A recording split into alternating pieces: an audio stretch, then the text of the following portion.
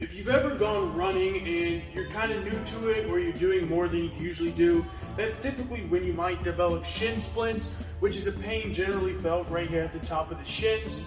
And it's very normal, a lot of people get them, I've gotten them a few times, but they're very difficult to get rid of, right?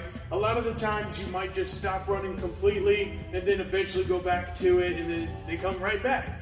Why? It's because you're needing to go through load management rather than rest, right? A lot of injuries or chronic injuries are ones that need to be dealt with by management and not rest, right?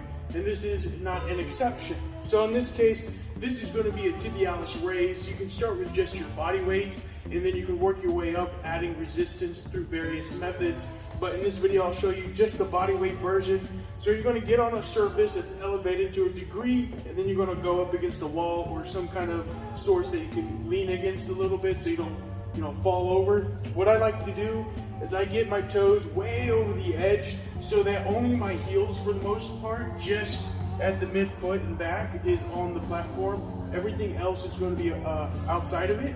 I'm going to reach down as low as I can, and don't get scared. I know it kind of feels like you're going to slide right off, but as long as you have shoes on and a surface you can grip with your feet, you'll be fine. So you're going to go as low as you can, and then back up as high as you can. And you're going to repeat this a few times, upwards of 12 to 15 repetitions, as far as you can, up, down, up. You want to make sure your legs are locked out, not completely locked out, but just soft of lockout, right? And go up and down. Another thing, your butt, you see how my butt is right here? It's fairly straight. I'm not doing too much leaning. What you don't want to do is lean back too far like this. You can if you have good connection, mind muscle connection with the tibialis, but for those that don't, I wouldn't recommend doing that.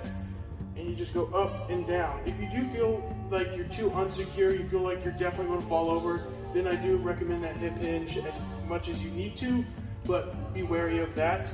And then you should start feeling a burning sensation on the tibialis right here, which is good. That's exactly what we're looking for. Do a couple more, and then we'll call it a day there. You're going to do about 3 to 4 sets of 12 to 15 repetitions, and if that's too easy for you, you can add weight simply by either putting a band on your foot and putting it to a lower surface so you're coming up against the resistance of the band, or you can do 1 foot at a time if you don't have an elevated surface, so you can come up with the band resistance underneath the foot that's on the ground and come up and extend like so. And then even make devices so that you can attach a dumbbell to your foot, or you can attach the dumbbell to your foot by wrapping the band around it. I've seen that before too. Whatever you need to make it work, but this is definitely going to be something to strengthen those anterior tibialis muscles, which will then also help negate out those shin splints. Thank you for watching.